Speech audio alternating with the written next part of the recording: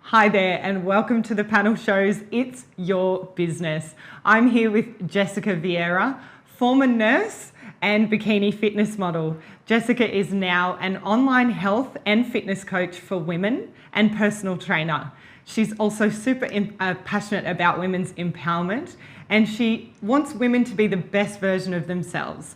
She inspires that through her brand, The Rising Woman. Welcome, Jess. It's so great to have you on the show with us today. Thank you so much for having me, Chiara. So tell us a little bit about The Rising Woman and your business and how it came to be. So the Rising Woman Empowerment is a women's mental health and empowerment movement. So I innovated this in March this year, 2019, and it's based off of having conversations that are 3 levels deeper than the surface level, and we talk about key topics of women's mental health, so depression, anxiety, domestic violence, drug and alcohol abuse, prostitution, business, leadership and success. So ultimately it's about finding your inner power as a woman no matter what adversity or battles you've been through, and how do you become the woman that you ultimately deserve to be. That's amazing. I love that. And how is that something that resonates with you? Can you share a little bit about your story and how that came to be for you? Yeah, so this was inspired by, I guess, coming from my childhood. Growing up, I didn't have the easiest life. I didn't come from wealth. I didn't come from a family that could give me and provide everything that they could. So growing up in Western Sydney, out in housing commission areas, going to not the best schools, and coming from parents that were essentially drug addicts. So leading up into my childhood, in my teenage years, I went through a lot, my own drug abuse, my own alcohol, drinking alcohol, and high school dropout, and moved out of home at 15, and just grew up too early. I grew up way too early. Didn't really have a childhood in the kind of traditional sense where you get to run and play and have that kind of sense of safety created for you that then creates your internal safety. Exactly. So my parents were great parents, amazing role models. They taught us good morals and values, but in terms of what is good and what is bad, they couldn't necessarily teach that, because the life that they were living wasn't necessarily a positive life. They were doing a lot of the wrong things. So that's what I was exposed to as a young age. So although I knew that drugs and alcohol were bad, because your parents tell you that that's bad, I was raised around it. Sure. So when I became a teenager, and you have the social pressures, and you've got, the toxic circles of friends and the kids that are doing bad things and wagging and all that stuff, I knew it was bad, but because I was exposed to it, it was like, well, it can't be that bad because mum and dad did it. It's so interesting, isn't it? Because bad is kind of relative, right? Yeah. So it's like pain and trauma and everything is all kind of relative to your experience. So marijuana may be extremely bad to one person, whereas to someone else it's like, well, that's something I have for breakfast. Yeah, exactly. You know what I mean? So everything is relative. So Yeah. So unfortunately, coming from bad schooling, I wasn't the smartest girl in school. I fell behind. My parents divorced, and from there, a spiraling of events happened. I was about 13 years old when I first took drugs, and I ended up in a horrible depression from a child. My dad's not around, mum's going through divorce, and I just spiraled out of control.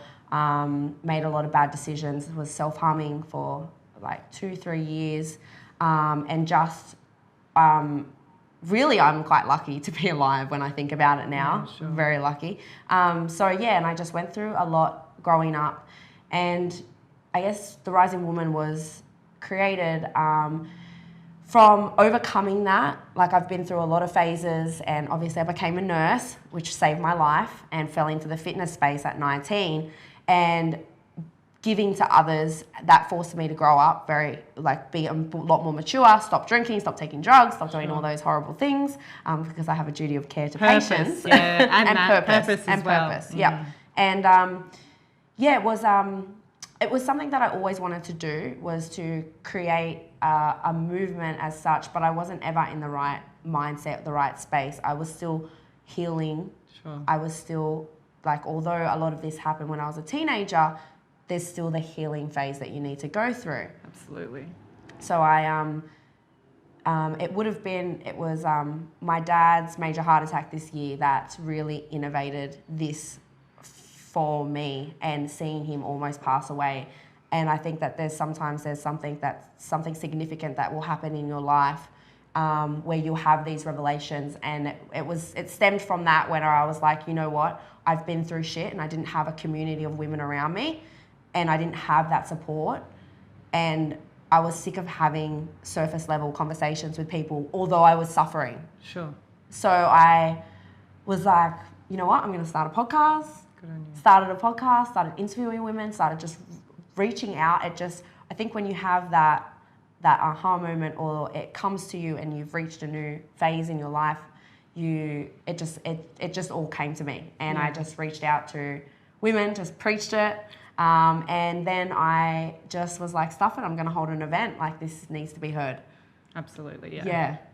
And then And that's how it came to be. Well, and I really firmly believe that when you embrace healing and when you embrace learning, you become a leader.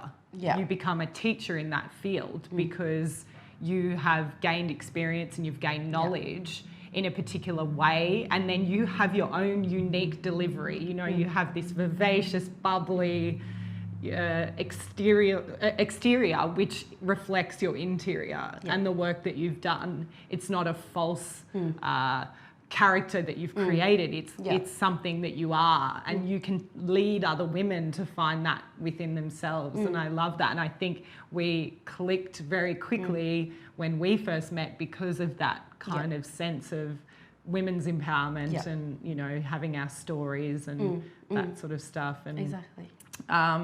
What has been one of your biggest challenges in coming across sort of, has there been an internal challenge and maybe an external challenge that you've come across in kind of creating something that is so personal to you? Yeah.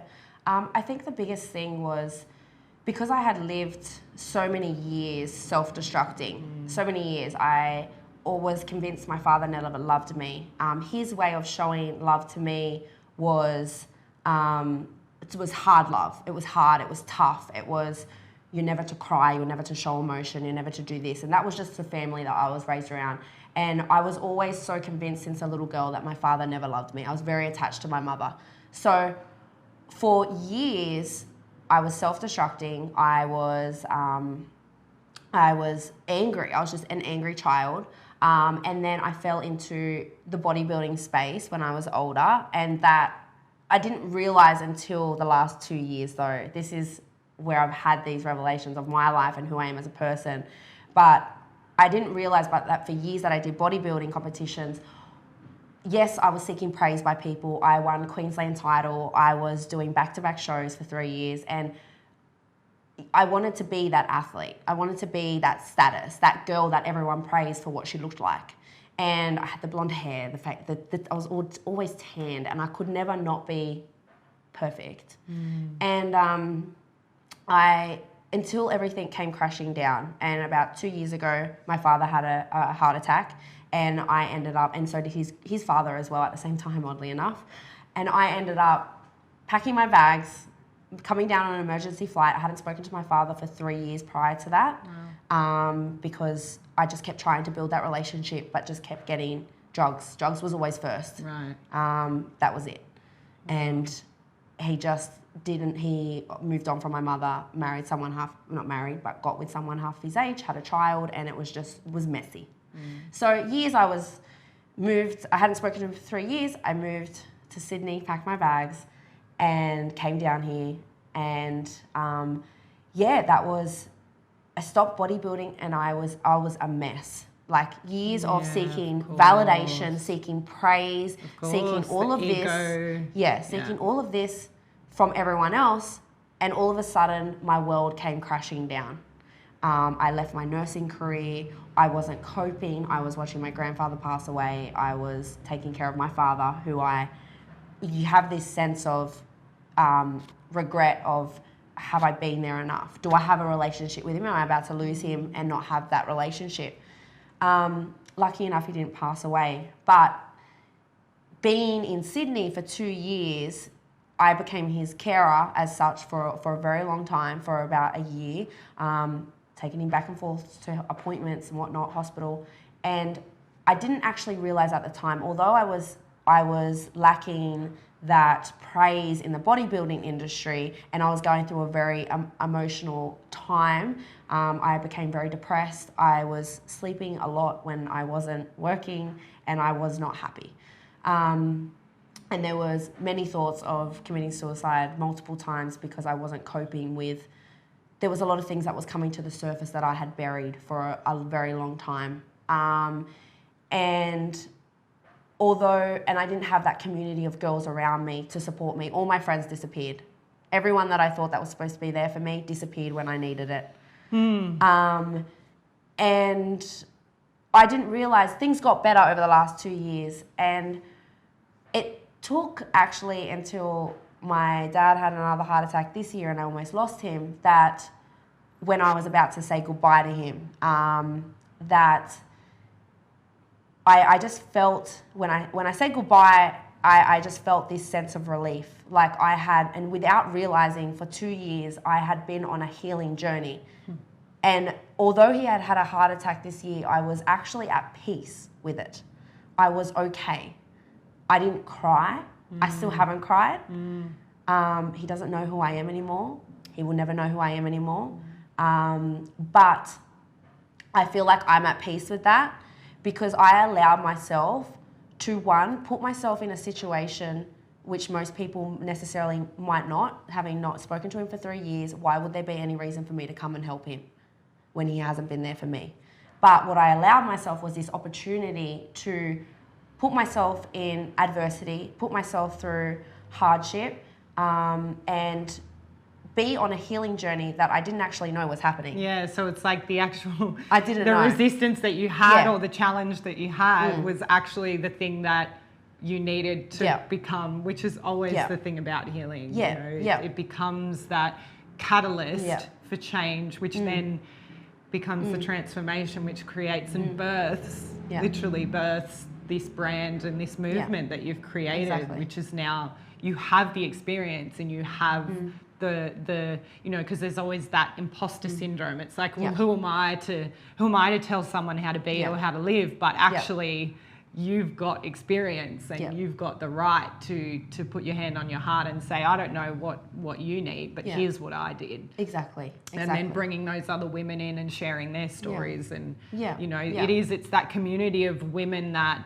you know, we are conditioned to compete. You know, it is very common to hear women that don't have a close-knit group of women that truly they can depend upon. And that's, you know, there's a lot of deep conditioning in society and stuff like that. So when you create something like what you've created, the ripple effect is beyond the individual. It goes really beyond into the collective for all women. So I want to thank you for that, because I think it's really powerful and really beautiful what you're doing and what you've done. Thank you. And thank you for sharing so authentically and vulnerably as well. You know, I think that's a really beautiful thing too. You know, the power of vulnerability. Brene Brown, big fan of hers. Yeah, and, absolutely. You know, that's really where the strength is. And, you know, you are so strong in so many different ways. Yeah, and I think that, and this is like also where it all came back to, was that, you know, we live in a time now where social media is such a big thing. And we are now programmed to create this highlighted life. Completely. It's like a borderline personality. We have an online persona and a real life persona, which is flawed. And I feel like that it is now creating us to become so surface level that talking about our adversity and speaking out about things is like a massive no-no. Completely. That we are now programmed to put on this front and pretend like our world is absolutely okay, when in reality, our whole world's crashing and burning. Completely. So I reached that point where I was like, hey, like, I'm fucking going through shit. Yeah. I don't know if we're allowed to swear on this. It's okay. Swear it But up. I was like, I'm going through, like, I felt like it was a quarter life crisis. Yeah. I was like, why? And it felt like it That's wasn't a lot. stopping. It was Yeah. coming, and it Yeah, was yeah. for 2 years. It was just coming, and I was like, what is going on? Yeah. It was emotions and emotions. I've cried more times in the last year than I have my entire life, and Wow. I was raised not to cry. And it's like, but why? But on my front, I was like, if I had post about something, it was kind of like, you don't need to share that, or this and that. And then I reached a point and I was like, hang on a second. Like, I started speaking about what I was going through and talking openly about it. And then I realized by starting these conversations with other women was stimulating a conversation from them. Yes. But it's not easy to do. It's not No. easy to just go from surface level, No. what they see on social media, and just dive right in and Well, go 3 levels deeper. It's terrifying. It is. Most people are absolutely terrified of vulnerability because literally the definition of vulnerability is being open to attack. Yes. Yes. So, you know, it is terrifying to open yourself up in that way. Which again is why it's so important, because I believe that whatever you feel in terms of resistance is equal to the amount of growth that you'll experience if you Yes. choose to overcome that resistance. And if you're resisting vulnerability, there's huge amounts of growth there, I think. Yeah, absolutely. And I think the more that I was having these conversations, it's so weird. I was actually, and I spoke with you about it, I was actually attracting women that had stories. Yeah. And it was like, the more I was open, the more I was just being myself, the more I was just talking about what I'd been through without fear of judgment. Yeah. It was like I was just reeling in people. Totally. Just You become a people. magnet. And I'm just like, what is going on? Where were you all my life? Yeah, no, but not even that. It's crazy though. Now it's a ripple effect of men. Absolutely. Men are coming to that's me. the other thing. And, you know, it's not just about women's empowerment because it's feminine and masculine, and there is a Exactly. feminine in every man. And we, you know, we all have that balance, and men are suffering too. You know, it's definitely not just all about women. You know, we have a responsibility there too, because we are the sensitive ones, we are the feelers, and your father taught you not to feel, and that would have been something that he was conditioned to you know, for himself. So, you know, we're kind of unpacking the whole thing through what we do and again, what you do, and it's just, it's so wonderful, and I'm so proud of you and so grateful to know you. And let's talk a little bit about what you're passionate about outside of the rising woman in fitness. What else do you do? What else do you love to do? So I, not nursing anymore. However, I do part-time personal training, and then I also do online women's health and fitness coaching. So essentially I am building women up. I am building up their confidence. I am helping them get the body that they ultimately want. Although it's not just about body. I focus a lot on mindset, your internal value as opposed to your external value. So I'm teaching girls how to essentially love who they are and be who they are in the world, and reclaim their power, essentially. And just teaching them how to take care of themselves. As we know, our behaviours that go into our 20s and our 30s and our 40s and whatnot is all stemmed from how we've been raised. So it's a ripple effect. So there's girls that, you know, I'm helping them move through things from their childhood or what they've been taught, and helping them reprogram them, essentially. So it's not just about training and nutrition. Like, that's, of course, like it's essential to well-being and health and good mental health. But it's just doing all the other work as well, and just building women up. Yeah. Beautiful. Thank you so much for sharing. I think you. we'll leave it there. But I'm so inspired by you, and thank you for sharing your story with us. And definitely look Jess up online and follow her, because she's a wonderful human being. And thank you for joining us today. We'll see you next time.